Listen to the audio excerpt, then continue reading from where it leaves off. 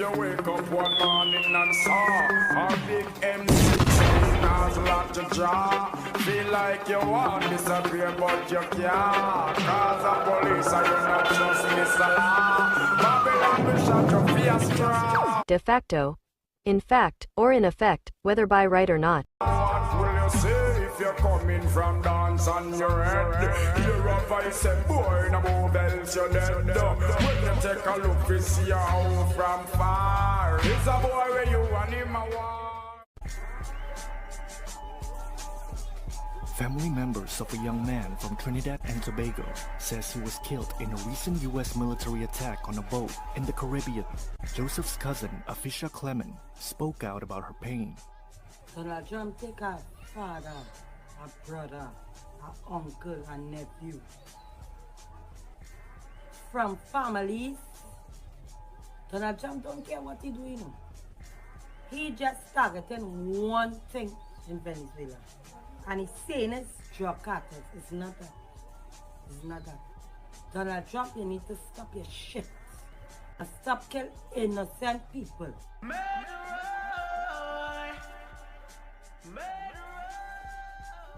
Kill people that are bringing drugs into our country. This is a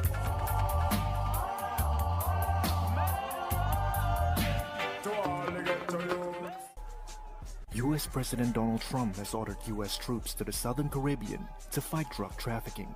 They have since hit at least 6 boats they claim were involved in illegal drugs. So far, these attacks have killed at least 27 people, but no evidence of involvement in the drug trade has been shared. The Trump administration has given little info about these strikes. No names of the dead or details on what was on the boats. Why if you see a boat have narcotics on it? Where's the narcotics? We want evidence, we want proof. There is nothing. The other day, they intercept a boat with 4 men on it. Why they take off the men and them and shoot up the boat after? Joseph's mom, Lenore Burnley, said no one from Trinidad's government has reached out to her. Nobody come and tell us nothing. All we see is social media, people comment to put it out there. No police, no. They've just named it Operation Southern Spear. I think we're just gonna kill people that are bringing drugs into our country. They're gonna be like the dead. Picking off boats week by week. It's a clear contravention of international law. Killing dozens of men. And they have no evidence. That's what pissing me off. Leaving bodies washed up on beaches. Could be any one of us. For more than a decade, the Caribbean has been a self-declared zone of peace. But recently, its waters have felt more like a zone of war. With Donald Trump's US military firing missile after missile at boats traveling from Venezuela, they say to pummel narco-terrorists. But this so-called war on drugs is also pummeling the livelihoods of fishermen in Venezuela's tiny neighbour, Trinidad and Tobago. So you're scared this boat could get struck? Yeah. Little Das normally drives his boat almost 30 miles from shore to secure the best catch. But now, he doesn't dare go beyond 10. How much money are you losing? Plenty. Per day, plenty. What out of your what you were making? Is it half? Is it? That's not half they're making right now. He says that if the US suspect drug smuggling, they should board the boats and arrest people, and is convinced that innocent people have been killed. Little Das had watched one of the dead men grow up in this village, Chad Joseph, who was just 26. Only frantic unanswered calls and texts and then his name on social media alerted the family. It's a big loss because people on this boat, you can't even get a body to bury. So no body and no closure. His auntie revealed the family is planning to take legal action against the Trump administration. Are you considering that? Yes, I done. Money, whatever, that still never bring him back alive. No, but that's to teach him a lesson. What all they doing is wrong, and it needs to stop because it's not stopping. If Chad was involved in drug trafficking, where were his assets, they asked. And anyway, what about due process? The decision that bypassed any of that came months earlier on day one of the Trump presidency. An executive order designating drug cartels as foreign terrorist organisations was how they justified the strikes that began on September the 2nd. The first killed 11, the second 3. Chad was killed in the 5th strike. The next day came this. Every boat that we knock out, we save 25,000 American lives. The boats get hit, and you see that fentanyl all over the ocean. It's like floating in bags. It's all over the place. But they didn't present any actual evidence. On Saturday came the 21st strike with 83 killed so far. And now the US is adding Cartel de los Soles to its terrorist list, saying Venezuelan leader Nicolas Maduro is its boss. We can't get into Venezuela right now. Access to journalists is severely restricted. But these waters are open to a point.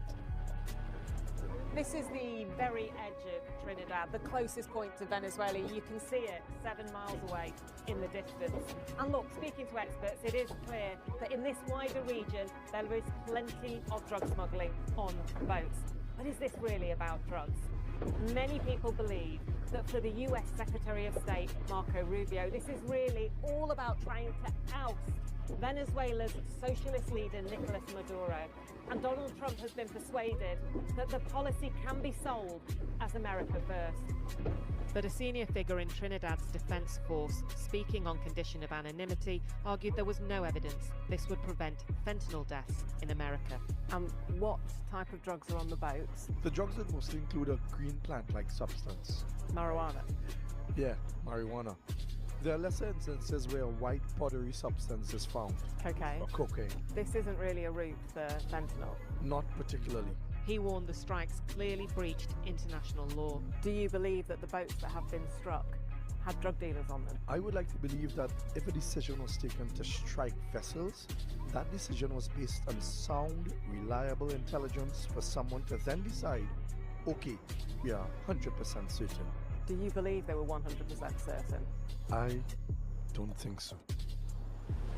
He said the action, scaring off fishermen, is also likely to deter drug gangs for now, but said criminals will find new ways.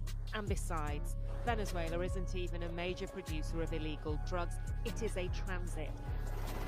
So what does Trump really want with Maduro as the world's largest aircraft carrier joins a massive US military buildup in the region? He has not been good to the United States, so we'll see what happens. At a certain period of time, I'll be talking to you. Maduro is a deeply unpopular leader accused of stealing last year's election through fraud. The UN once accused him of crimes against humanity. But as he bizarrely sang a peace song in response to Trump this weekend, it is worth remembering that he is also the leader of a country with the largest proven oil reserves in the world, oil that Trump has already tried to get his hands on once. But the fallout of this geopolitical power play is washing up directly onto the shores of Trinidad. Yeah, I saw the body coming in. And was it still in the water? Yeah, it was. A burnt body with missing limbs, believed to be Venezuelan, captured in a grim photograph. It's horrific, isn't it? This is someone's life. It could be any one of us. One fisherman of 40 years here told me, you could strike 1 million boats and kill 1 million people. The drugs would still come. Which is why he and so many others are convinced that Donald Trump has a different endgame. A US official told Reuters that a strike on Thursday was the first with survivors. Legal experts question why the military, not the Coast Guard, is conducting these deadly operations. They also ask why the US doesn't try to stop the boats without killing people. Democrats in Congress say the White House hasn't given good reasons or spy info to explain the actions. The Trump administration argues it is fighting Venezuelan narco-terrorists, making the strikes legitimate. Trump also confirmed on Wednesday that he authorized the CIA to conduct covert operations in Venezuela. This ramps up US pressure on leader Nicolas Maduro, whom the US blames for drug ties and criminal gangs. Maduro denies it all and says the US wants him out of power. On Thursday, Venezuela asked the United Nations Security Council to rule these US boat attacks illegal. On September 2nd, in the Caribbean Sea, a U.S. military drone found what it was looking for: a 12-meter-long wooden boat. They're commonly used here by fishermen and also drug traffickers. Typically, the U.S. would stop and search the boat to find out which, but this time, the U.S. just blew it up. 2 weeks later, the U.S. blew up another boat, then another, and another, and another. Donald Trump claimed that dozens of people killed by these strikes worked for drug cartels, and that this was just the start of his new strategy to stop them. Every terrorist thug smuggling poisonous drugs into the United States of America, please be warned that we will blow you out of existence. We have no choice. But most of Trump's strikes were in the wrong place. Most drugs are produced in Colombia, Peru, Bolivia, and Mexico, then trafficked overland or through the Pacific. Then in October, we found out the real target.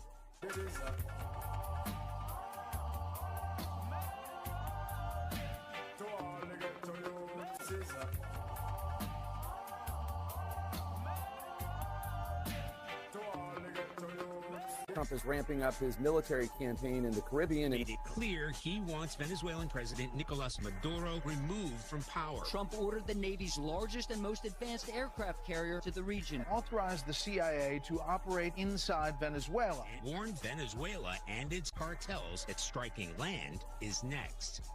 How did Trump turn a war on drug cartels into a potential war with Venezuela?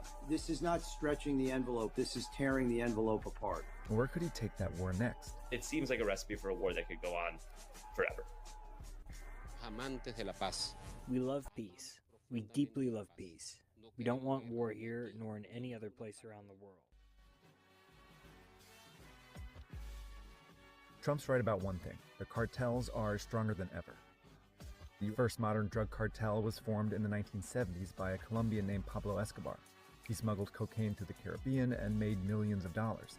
Then he united several gangs into one organization and made billions. By the 1980s, the Medellin cartel was making 80% of the cocaine trafficked into the U.S., and its private army wreaked havoc across Colombia.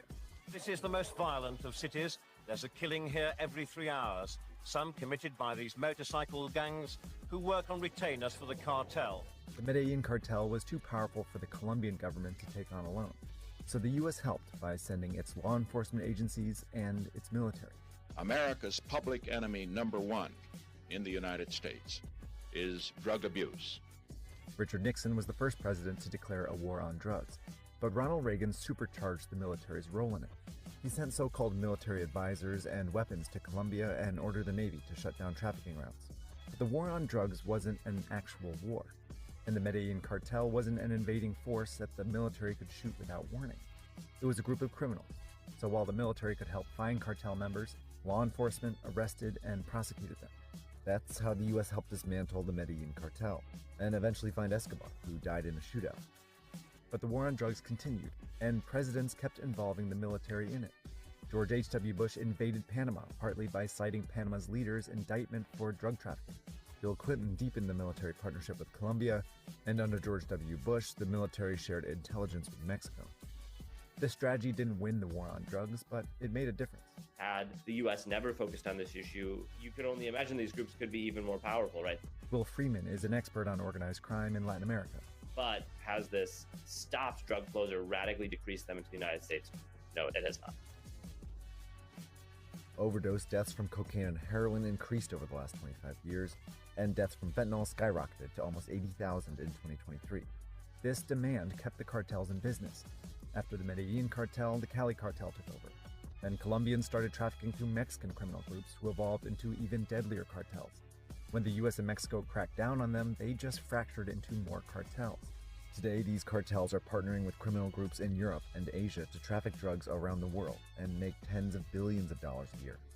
More than enough money to corrupt officials, innovate new ways to evade detection, and diversify into other crimes like human trafficking and wildlife poaching. These are really formidable organizations, and as long as there's that demand and as long as there's robust supply, then fundamentally I think you're going to be talking about putting a lid on a situation but not eliminating it altogether. But Donald Trump came into office with a new plan to fight the cartels. It didn't involve curbing demand or law enforcement. The cartels are waging war in America, and it's time for America to wage war on the cartels. This story is moving super fast. Trump is striking boats in the Caribbean and in the Pacific, and he recently authorized the CIA to work inside Venezuela. Trump began by focusing on 8 criminal groups, mostly cartels in Mexico, plus Tren de Aragua, a gang started in a Venezuelan prison, and Cartel de los Soles, a criminal network in the Venezuelan military. Trump designated them as either foreign terrorist organizations or specially designated global terrorist groups, labels the U.S. used before. They are now officially in the same category as ISIS, and that's not good for them. But these labels didn't have anything to do with the military. They just broadened U.S. law enforcement's abilities to prosecute and sanction the cartels and people linked to them. So whether that is a business which launders money or goes into business with a cartel, to an immigrant who may be forced to pay a ransom fee, it allows to cast that very, very wide net. But then Trump sent a Navy fleet to the Caribbean and authorized it to strike a boat suspected of running drugs for Tren de Aragua. He then wrote to Congress that the people killed were unlawful combatants in an armed conflict, and that the strikes were in self-defense. In other words, because drugs are killing Americans, and those drugs are trafficked in by cartels, Trump wanted to view the cartels as combatants in a war and use military force against them. Trump wanted to turn the war on drugs into an actual legal war. But can he do that? Under the Constitution, only Congress can declare war, which it didn't. Nor did Congress pass what's called an authorization of military force. If anything, Trump seems to be claiming his power under the Constitution's Article 2, which names him the Commander-in-Chief of the Armed Forces. It's how Obama, Trump in his first term, and Biden justified some military operations. It's an already dubious legal argument that Trump is stretching even further, because who the military kills matters too. These strikes targeted members of enemy governments, militaries, and rebel groups. Trump is killing criminals. There are so many problems with that. Jeffrey Korn is a law professor and retired military lawyer. Most fundamentally, it's not their goal to kill Americans. The U.S. considers Al-Qaeda and ISIS to be enemy combatants because they launched attacks to kill Americans, and because they commanded their members to do it. Think of Farouk Abdab-Muttalib, the underwear bomber. He boarded a plane in London and tried to blow it up because he was obeying orders from Al-Qaeda leadership. The question now is whether Tren de Aragua, commanding people to traffic lethal drugs to the U.S., makes them combatants too. This is not an evolution of that concept. If you're selling drugs, you want your customer to live, not die. Trump also hasn't released any evidence that these people were working for Tren de Aragua. This strike reportedly killed a fisherman. We're killing people, and we don't know who they are, but the truth is, unless and until Congress were to contest this claim of war power, the president is going to run with it. And Congress isn't contesting it. When a measure came up to bar Trump from striking more boats, Republicans blocked it. So even though Congress hasn't authorized Trump's actions, they've also decided not to stop him. In October, Trump deployed more warships, fighter jets, drones, a submarine, and some 10,000 troops to the region, and authorized the military to strike more boats. But then, Trump went a step even further by claiming that Tren de Aragua is controlled by Venezuela's dictator, Nicolas Maduro. U.S. spy agencies assess that while Maduro may tolerate the gang, he does not control it. But by linking him to Tren de Aragua, Trump is claiming the power to use military force in Venezuela. When a country is unable or unwilling to prevent its territory from being used by non-state enemies, then we assert the right to act. That's how we went into Pakistan to kill Osama bin Laden. That could very quickly escalate into a conflict with Venezuela. But why would Trump want to do that? Un destructor mande sus soldados expertos en misiles a asaltar barcos atuneros. Estaban buscando un incidente militar. Venezuela has suffered under Maduro. Right after he took power, the country's economy fell apart. Crime increased and millions fled every year, but Maduro remains in power. He survives by stealing elections and corrupting the military and elites for their loyalty. All reasons why Trump may want Maduro gone, but not the only reasons. Trump also blames Maduro for the thousands of Venezuelan migrants in the U.S. and may be pressuring Maduro into letting him send some back. Many suggest that Trump may also want access to Venezuela's huge reserves of oil. But when Maduro offered the U.S. a dominant stake in Venezuela's oil to avoid conflict, Trump refused it, which could mean Trump has a more personal reason to remove Maduro. In 2019, Trump backed a coup in Venezuela that failed. It was embarrassing for him in the end. Not only was Maduro not ousted from power in the end, the generals and others in his administration rallied behind him. I think Trump wants to win this one. Trump may also be listening to the people around him. especially the Secretary of State, Marco Rubio. Rubio, for instance, for him, Venezuela, Nicaragua, and Cuba, the three remaining autocracies in Latin America, if he can oust Maduro, I think he believes that Cuba will fall next. Trump is sending an aircraft carrier to the region, and reports say he might order missile strikes in the coming weeks.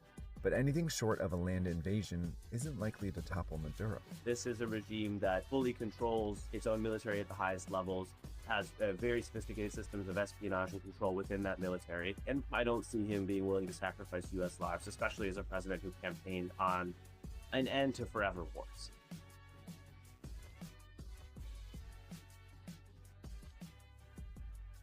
The war on terror started after 9/11, when Congress authorized President Bush to use force against basically anyone he could link to al-Qaeda. Later presidents used these broad limits to justify fighting in dozens of countries for 2 decades. It left the U.S. exhausted and, by some estimates, killed 4 million people, something Donald Trump promised not to repeat. We spent $9 trillion bombing the hell out of the Middle East. And what the hell did we get other than lots of dead people, including our people? Under Trump, we will have no more wars, no more disruption, no wars. My rhetoric is going to keep us out of wars. But Trump's war on the cartels has even fewer limits than the war on terror. He doesn't have permission from Congress, nor is he even seeking it. I don't think we're going to necessarily ask for a declaration of war. I think we're just going to kill people that are bringing drugs into our country. Trump is also claiming the power to kill suspected criminals. That's a much larger group than suspected terrorists linked to al-Qaeda. Mexican cartels are responsible for most of the drugs trafficked into the U.S., and Trump considered striking them before. The president pulls me aside on at least a couple occasions and suggests that maybe we have the U.S. military shoot missiles into Mexico. For what? He would say to go after the cartels. But the authority Trump is claiming could also include the power to strike the criminal groups those cartels work with, or any group Trump deems as putting the U.S. in danger. The problem is Trump is claiming the power to go to war against anyone, anywhere, forever.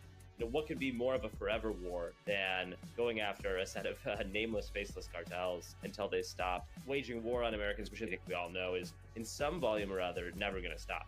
And if Trump can declare war on criminals, what's stopping other countries from doing it too? Do we really want other governments to be able to say, well, I've got a criminal problem, so now I'm just going to call it an armed conflict and unleash combat power like I'm in a war? There's a human consequence for that. Congress is supposed to place limits on the president's power to declare war. Trump is showing what can happen when it doesn't. Crazy weekend for foreign policy. Donald Trump is wreaking havoc in Latin America. Number one, Donald Trump is demanding that Nicolas Maduro resign or else. So he's ready to go to war with Venezuela.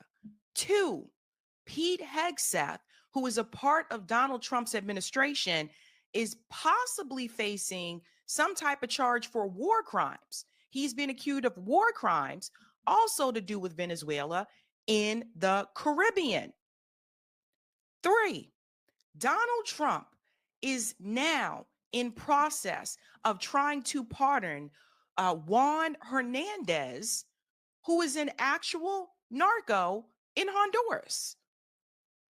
I've seen crazier things happen before, but ladies and gentlemen, Donald Trump is after Latin America. Let's go ahead and get started with this statement here from Fox News. It's been a crazy weekend. I know a lot of people with their families for Thanksgiving weekend, but this all went down while everyone was hanging out with the fam. Exit or else. The Trump administration delivered a stern ultimatum to Nicolas Maduro to leave Venezuela immediately before Trump announced the country's airspace would be closed. The warning was reportedly delivered in a phone call with Caracas and offered guarantee evacuation for Maduro, his wife, and their son, but only if the dictator agreed to resign on the spot. Ladies and gentlemen, telling Nicolas Maduro to flee his own country. Here we go again with U.S. intervention, with the U.S. government overthrowing leaders to install the Western puppets that they want. We have to remember Nicolas Maduro does not want to work alongside with Israel. He made that very clear. Marina Kochina, the woman who just received the Nobel Peace Prize, who's basically a traitor to her own people in Venezuela, she wants Venezuela to work alongside Israel and to be a part of the Zionist project. So does everybody see where this is headed? 2, to tell a country that you are closing their airspace. By the way, the airspace was closed to airlines as well. This is overreach like no other. So imagine calling Nicolas Maduro a dictator, and you are actually dictating on the world stage. Let's get into this, folks. We got to get into what this is really about. Again, Israel was part of this. So part of that's foreign policy, the geopolitics of it all, this greater expansion of Israel. But also, we cannot forget that Venezuela has a lot of oil. And ultimately, Donald Trump is after that oil. He is now going so far as to say that Nicolas Maduro is a part of the drug cartel. I cannot make this up. Let's get into this clip here. A bold move by the Trump administration declaring Venezuela's president, Nicolas Maduro, and his government among the world's most dangerous terrorist organizations. The announcement allows President Trump to move in on Venezuela, but when it will happen is still uncertain. Here's D.C. Bureau Chief Ben Kennedy. Tonight, the U.S. has formally marked Venezuela's President Nicolas Maduro and his government allies as members of a foreign terrorist organization, accusing Cartel de los Soles of trafficking drugs into the states. On social media, South Florida Representative Maria Salazar said the Cartel of the Suns is officially recognized as a terrorist organization, exactly what Venezuelans have known for years. So now, everyone's a terrorist now. Everyone's a terrorist that doesn't want to go along with the U.S. foreign policy. So does everybody see the pattern here? For years, they have told you that these other countries are the problem, but we're the country that wreaks havoc on these other countries. We're the country that overthrows their leaders. We're the country that tells them you better do this or else. The U.S. government has been policing the world stage for decades. This didn't just happen overnight, didn't start with Donald Trump. But this is the same person who told you he wanted peace. This is why I continue to say, stop calling Donald Trump this peace president. He's not a peace president. He wasn't a peace president in his first term. But yet people believe this. I don't know why. Adding, for too long, the Maduro regime has financed narco-terrorism and tyranny in Venezuela and throughout our hemisphere. This move gives the Trump administration broader power to target and dismantle cartels and even expand authority to take action in Venezuela, like imposing fresh sanctions against Maduro's assets and infrastructure.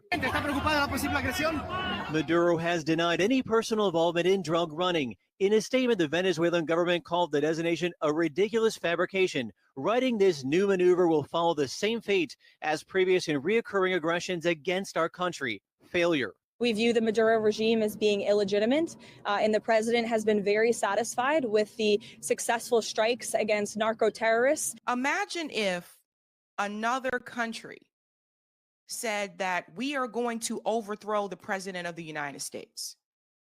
That would be insane, right? But the U.S. government has been doing that for years.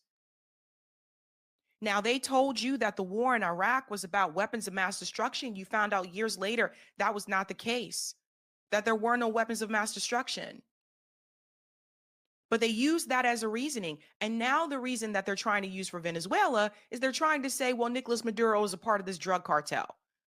Donald Trump's entire reasoning falls apart because of the pardon that he wants to do for Juan Hernandez. It does not make any sense other than the fact that they want to overthrow these leaders that don't want to go along with U.S. foreign policy projects. And ultimately, they want the oil.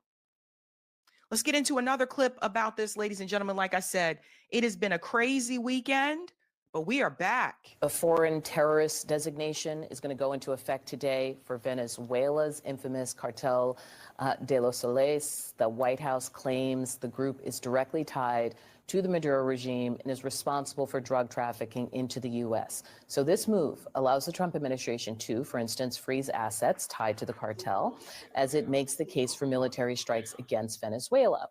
Over the weekend, 3 international airlines canceled flights from Venezuela as the FAA warns of a potentially hazardous situation. The idea of military action against Venezuela is something even the president. We have to pause it here because we can't show the strike on the boat, but we'll bring it back in. This action here by Donald Trump is just absolutely, it's insane. And people were saying he deserves the Nobel Peace Prize. No, he doesn't. He made this deal with Gaza and Israel, which isn't a ceasefire, by the way. There were 2 Palestinian children that were killed over the weekend, over Thanksgiving weekend. They're still killing people in Gaza. They're still starving people in Gaza. So that was all a distraction. That whole plan of his was all a distraction so that he can divert his attention to Latin America and start wreaking havoc there. Now, this is not liked by both sides. This is another thing. Both sides are calling this out, not just the Democrats, despite what Donald Trump will tell you, but even Republicans as well. We'll go ahead and bring in Rand Paul here because he had something to say about this as well. I think you'll see a splintering and a fracturing of the movement that has supported the president, because I think a lot of people, including myself, were attracted to the president because of his reticence to get us involved in foreign. Group chat is back. Sabrina, I know you've been following this for a long time. I do know people talk about Venezuela as a narco state, but I don't necessarily, it's not clear whether designating it as a former a cartel, what difference that could make. Can you talk about like what the administration is sort of thinking behind all this? I mean, for the Trump administration, the designation opens up more options of what they can do in Venezuela and opens a broader justification for them doing things in Venezuela right now. But I think what's interesting, there's a lot of confusion about why exactly the Trump administration would want to get involved in Venezuela and is doing what it's doing.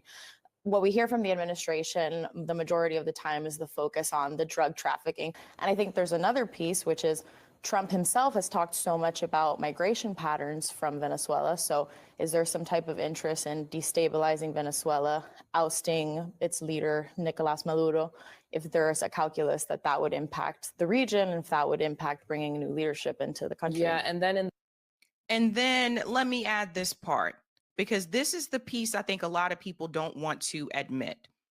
When the U.S. government destroys these countries, implements more sanctions. We've had sanctions on Venezuela. He's talking about implementing more sanctions on Venezuela. Resign, Maduro, do this, otherwise I'm going to make your people suffer more. Sanctions kill people. Sanctions are an economic aspect of war. So I still consider that to be war. And when we talk about what is going to happen to the people in Venezuela, ultimately, that leads to more migration. Because the more sanctions you put on the country, if he goes into, it sounds like he's trying to head into war into Venezuela, what do you think happens to the population, the civilians who are there? They are going to migrate. They are going to leave. And see, the same administration will complain about the border and they'll say all these people are coming in, but they never explain why. They never get to the geopolitics of it all. The reality is a lot of people don't want to leave their home. Yes, some people do want to come to the United States and achieve the American dream. But the reality is most people don't want to leave their home. But when you ruin their home, when you implement sanctions so much to the point that it makes pretty much the things that you need, food, gas, water, it makes those things unaffordable, you have no choice but to leave and try to go somewhere else where you can afford to live. Imagine if it were done to us. Imagine if it were done to us and all of a sudden gas was like, let's say $20 a gallon. All of a sudden, like bread and milk was, the prices were through the roof, which the prices are already increased anyway. But imagine if it was through the roof. Ultimately, people would try to leave. People would try to go elsewhere where they can afford to live. And that is what has been happening so much in Venezuela. Now, like I said, do some people want to come here to achieve the American dream? Absolutely. But you cannot sit up here and excuse what the U.S. government has done in these countries. And here we go again. Insane. The Times, your paper of record, the Joint Chiefs Chairman Dan came to the Caribbean as the president is said to have reportedly approved plans for covert action there. And I think for the people within the MAGA movement who don't want to be involved in foreign wars, is this starting to walk and quack like a war? Yeah, so you are seeing the tensions in MAGA just as you saw them just before the bombing of Iran in June. Now, in that case, it was a standoff bombing campaign. That's maybe what you see now against, in the coming days, against drug sites, maybe against military sites. Yeah, against all those things, right? So again, we can't show the explosion here. But he's talking about that splinter that's happening within MAGA, like the people who really did not want any more wars, the people who wanted, the president of the United States to focus on Americans first. That's what he's diving into. And the reality is that segment of the base does still exist. And so you're seeing people like, whether it's been Candace, whether it's been Tucker, whether it's been Marjorie Taylor Greene, people vehemently come out against this and say, this is not what we voted for. And I would say that Donald Trump fooled a lot of people because he was already president in 2016. And no, he didn't start new wars, but he didn't stop the ones that were going either. Don't forget, he also implemented attacks on Syria during his first administration. People forget that. Also Somalia, right? So his hands are not clean. So we cannot forget these things, ladies and gentlemen. Than as president of a country. Right. Now, it's not sure that cartel of the Suns actually exists. And that's rather than a figure of speech. Right. Okay. And then meanwhile, I just want to say that people in the U.S. do want to know a little bit more about what's going on. They are hearing about deaths in these boat strikes. Just 24% believe the Trump administration has clearly explained their position on military action. And 76% believe that hasn't been done. This is incompetence at its finest. One of the big misconceptions or confusion points is that Donald Trump has gone so far in targeting fentanyl as a crisis. Fentanyl is a Chinese and a Mexican crisis that has very much less to do with Venezuela. So I think the American people are confused about how that campaign trail rhetoric matches up with these actions. And then also going to thinking broadly about the Trump administration. First, you had Gaza. He sort of, brokered that peace deal, wanted the Nobel. Now we have Russia, Ukraine. I think for a lot of people, this seems like the third opportunity for Donald Trump, opportunity being the key word, to sort of broker a crisis and solve it. Whereas if you look at polling, I think a lot of people don't want any more crisis to be brokered and solved. I think they want Trump to be focusing on domestic policy, the food stamp crisis. We just went through a government shutdown. This feels like an extracurricular thing for a lot of people. And I think especially there's no peace in Gaza. I have to make a correction there. But yeah, that splintering that's happening there in the MAGA base. We cannot forget the part about the oil. I want you to hear what this guy said here, who actually went to Iraq. Listen to this part here. Venezuela, for those Americans who do not understand why we need to go in, basically for three reasons. You're in Fox Business. Venezuela, for the American oil companies, will be a field day. Because it will be more than $1 trillion in economic activity. Well, they're just saying the quiet part out loud. Right out there in the open. That's what it's really about. You have too much oil. We want your oil. So you step aside and resign, or we're going to come in and we're going to start a war with you. That is colonialism at its finest. We are stealing resources from other countries. And the people there, it's like they have no say-so. And then if the leader of that country chooses to say no and fight back, then all of a sudden this person is a dictator. I'm surprised they haven't come up with this one yet, but give it a number of days and they'll probably start telling you that Maduro is killing his own people. Where have we heard that one before? It's thievery. Like just taking from these people. That was Republican Representative Maria Salazar admitting on national television that the party of no new wars is about to send our children to the slaughterhouse for big oil. As an Iraq war veteran, I feel like we've done this already. And this slip up is obviously not really being covered by right-wing media outlets. As we can see on the ground news bias distribution chart, only 17% of right-leaning media outlets are covering this. I love ground news. I use it to argue with my formerly MAGA father. That's right, formerly MAGA. Together, we analyze each story's biases and we use the blind spot feature. And that makes it almost impossible for us to stay inside of our algorithmic bubble. He goes on about ground news. Ground news is pretty decent.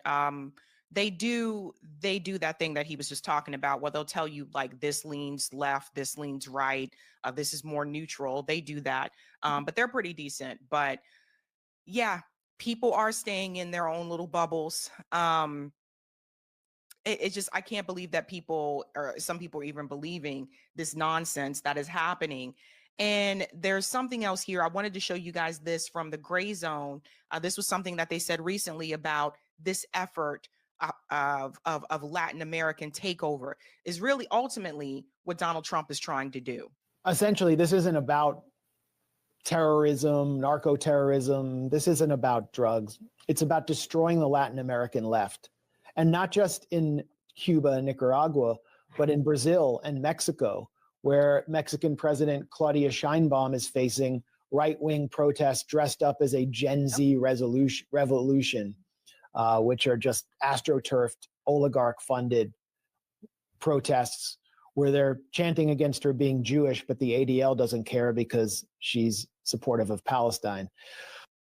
Yeah, that was the same issue with Mexico. And again, yeah, like she's not on the Israel, not down with the Israel agenda. She supports Palestine. And that's what he's doing. And ultimately, it's like more people need to pay attention to this. And again, it happened over Thanksgiving weekend, so I'm not sure a lot of people saw. And then there's part two. Now, Pete Hegseth, who's a part of the Trump administration, who was never qualified for that position. I warned people early on, this guy's not qualified. This is going to be a disaster. He is now being accused of war crimes in the Caribbean. Because remember when they were targeting those Caribbean boats and they said that those boats were coming from Venezuela and they were sending drugs into the United States and they had no proof of that. So they were killing innocent people. Well, there was that first strike, which we all knew about. Now it is being reported that there was a second strike where Pete Hegseth told them to kill them all. Cannot make this up, ladies and gentlemen. This is a big one for the Trump administration. It is not looking good. Lawmakers warn Hegseth may have committed war crimes following a second strike report. Let's get into a little bit of this here. And this is coming from both parties. Lawmakers from both parties raised alarm Sunday that Defense Secretary Pete Hegseth may have committed a war crime following a report that he ordered a follow-on attack to kill survivors of a boat strike in September. The Washington Post reported last week that Hegseth authorized a highly unusual strike to kill all survivors of one of Trump's administration's attacks in recent months on boats allegedly carrying drugs in international waters. Politico has not independently verified the Post reporting. So people that have been speaking out against this, Senator Chris Van Hollen, Tim Kaine, both of who sat on the Senate Foreign Relations Committee, said Sunday that if accurate, such orders would rise to the level of war crimes. Let's go ahead and get into this clip here where they did confront Donald Trump about this. Lawmakers from both sides of the aisle are demanding answers from the Trump administration about recent U.S. military operations in the Caribbean. This bipartisan scrutiny comes in the wake of new reporting from the Washington Post, claiming that during one attack on a boat suspected of smuggling drugs, a follow-up strike was ordered after the initial impact left some survivors on board. This is according to the Post, citing two sources with direct knowledge. They write, in a September 2nd strike, which is the first in the administration's ongoing offensive, Defense Secretary Pete Hegseth gave a verbal command to kill everybody on the boat. After the pause right here, to kill everybody on the boat. They said that Pete Hegseth said, kill them all. What does that sound familiar? Doesn't it sound similar to some of the rhetoric that you heard from Zionists about the Palestinians in Gaza to kill them all? You see, it's one accord.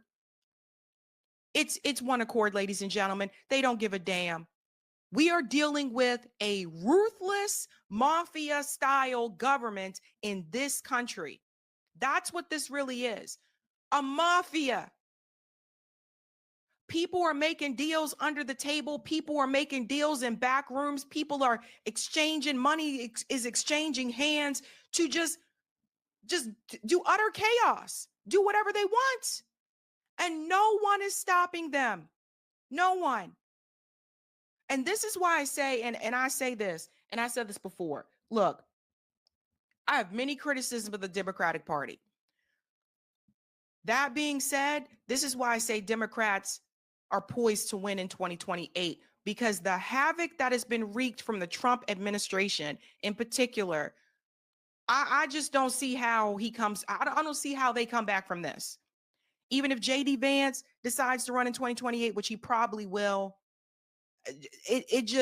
I don't really see how people come. A lot of people are upset, and not just people who are Democrats, not just people who are independent voters, but even people who voted for Donald Trump are not feeling what is happening. So this is a mafia-style government, and Pete Hegseth is now being accused of war crimes. So you got our government being accused of war crimes, not the first time. You have Benjamin Netanyahu, obviously, who committed war crimes. Again, that's why I say it's one accord. One accord. Missile hit and the smoke cleared. 2 survivors were seen clinging to the wreckage. The paper goes on to report that the special operations commander overseeing the attack then ordered a second strike to comply with Hegseth's initial instructions. As the Post puts it, the 2 men were blown apart in the water. MS Now has not independently verified that report.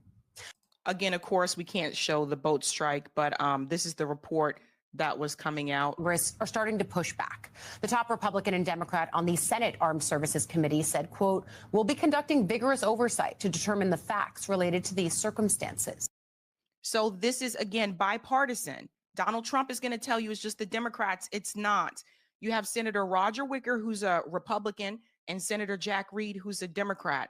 The committee has directed inquiries to the department, and we will be conducting vigorous oversight to determine the facts. So that's another doomsday thing here for the Trump administration. The fact that you have bipartisan support that, whoa, what they're doing here is incorrect. This is wrong. You can't just go just saying kill all these people. And on the House side, the Armed Services Committee there echoed that vow, saying they're, quote, committed to providing rigorous oversight and are taking bipartisan action to gather a full accounting of the operation in question.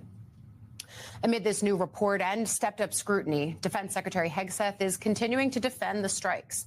He took to social media to denounce what he called fake news and fabricated, inflammatory and derogatory reporting. But he added that the strikes are intended to be lethal and kinetic, saying in part, quote, "Biden coddled terrorists, we kill them." Everything is fake news. If somebody's outing them, if somebody is telling the truth here, which I believe, if somebody's outing them, it's fake news.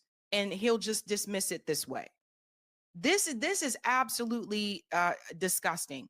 Just killing innocent people. And I'm willing to bet you they probably have proof. They probably have audio somewhere that they recorded to show that he did say that. This is what the U.S. government has been doing for years. It's just that it's out in the open now. War crimes were committed under Bush. War crimes were committed under Obama. But now, especially in this day and age of social media and people being a little bit more aware of geopolitics, now it's out in the open. President Trump, meanwhile, had this to say yesterday when asked about reports of a second strike. If there were a second strike that killed wounded people wounded in the first strike, are you well, thinking number one, I don't know that happened. And Pete said he did not want them. He didn't even know what people were talking about. So we'll look into it. But no, I wouldn't have wanted that. Not a second strike. The first strike was very lethal. It was fine. And if there were 2 people around, but Pete said that didn't happen. Does that make you? I have great confidence. He's in saying it. no second strike. I don't know. I'm going to find out about it, but Pete said he did not order the death of those two men. Let me just go ahead and tell you guys something, okay? Donald Trump is playing people. The president knows. So for Donald Trump to say, oh, I don't know about that. Pete said it didn't happen. It's not true. I don't know if there was a second strike. Like, he is literally playing people. Of course he knows. The president, that they're not doing things without the president's approval or the president knowing about these things. He knows. If one thing I think Donald Trump has been very skilled at, it's being a liar. It just say, oh, I didn't know about that. Oh, it's fake news. And people who worship him will just eat it up because they believe anything that he says. So now you see he's trying to distance himself there and say, oh, I don't know anything about that. Oh, no, strike. What is that? So this is serious. This is serious here. Then there's part 3, which is that Donald Trump is now trying to pardon Juan Hernandez of Honduras, who was an actual narco. So at the same time that Donald Trump is telling you we're going after Venezuela because they're trafficking drugs and Nicolas Maduro is connected to cartel and he's narco, he is trying to pardon an actual narco in Honduras. I cannot make these things up. The ex-president, whom Trump plans to pardon, flooded America with cocaine. Juan Orlando Hernandez, whom Mr. Trump called a victim of persecution, helped orchestrate a decades-long trafficking conspiracy. It ravaged his Central American country. So this is who Donald Trump is trying to pardon right now. But he's telling you that he has to go after Venezuela because they're trafficking drugs. This guy trafficked cocaine into the United States. And many of you wondering why. There are elections that are happening right now in Honduras. This is why I said he's wreaking havoc on Latin America. It's not just about Venezuela. He's not going to stop there. Right now, there are elections happening in Honduras. And Donald Trump has already said who he wants to win that election. It's insane. I'm going to try to get someone to come on the show Tuesday evening to discuss those Honduras elections. Camilla, she's a journalist. She's been reporting a lot on this so far on social media. She's been talking about what's happening there. But the U.S. government right now is interfering with elections in Honduras so that they can install their Western puppet. So this guy, Trump says, oh, we're going to try to pardon him. Listen to this. He once boasted that he would stuff the drugs up the gringos' noses. He accepted $1 million bribe from El Chapo to offer cocaine shipments to pass through Honduras. A man was killed in prison to protect him. At the federal trial of Juan Hernandez in New York testimony, and evidence showed how the former president maintained Honduras as a bastion of the global drug trade. He orchestrated a vast trafficking conspiracy that prosecutors said raked in millions for cartels while keeping Honduras one of the Central America's poorest, most violent, and most corrupt countries. He went on to face drug trafficking charges. He was sentenced to 45 years in prison. But this is who Donald Trump wants to pardon. On Friday, President Trump announced that he would pardon Mr. Hernandez, who's 57, who said he was a victim of political persecution, though Mr. Trump offered no evidence to support that claim. It would be a head-spinning resolution to a case that, for prosecutors, was a pinnacle striking at the heart of a narco state. This is absolutely insane. So, and this is, I stress to people, please, please, please pay attention to what is going on out there in these global streets. It's absolutely insane what Donald Trump is doing.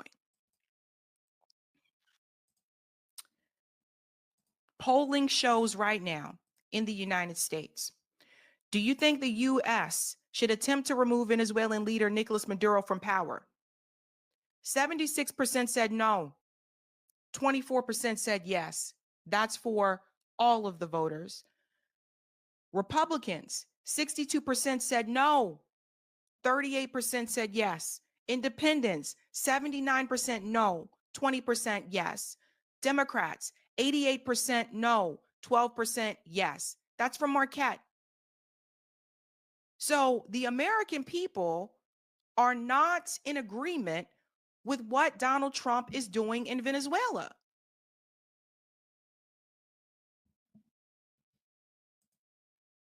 I didn't think so much could happen over a weekend. Again, ask yourself what is in it for them, right? Overthrowing Maduro, getting access to that oil, that's one thing. Two, installing a Western puppet that is going to go along with Israel's greater plan, the Zionist agenda, that's two. And he's trying to do the same thing in Honduras. They're not going to stop with Venezuela and Honduras. They're going to go venture into some of these other Latin countries as well. Brazil, hey, you probably next. So everybody's got to see this for what it is. We've got to push back on it, ladies and gentlemen. It's been a crazy weekend for geopolitics. It's been a crazy weekend also for domestic politics, as we've been covering what is happening here with the whole Afghan national situation. As I told you guys before, they are really trying to push and make people go along with their geopolitics, their agenda of taking over the world, destroying these countries, devastating these countries. And ultimately, what we really have is an empire that is dying, an empire that is falling apart. Rome is the best example. Empires don't remain empires forever. You get to the top and eventually you start to fall. And we are declining here in the United States. And I would argue that a big part of that is because we've put so much money and attention abroad with disrupting other countries, sending money to Israel instead of taking care of our infrastructure and people right here in the United States. So war with Venezuela is on the table, and it is absolutely insane that it could be possible that Donald Trump would be sending U.S. troops over to Venezuela to fight something that they would not be able to win.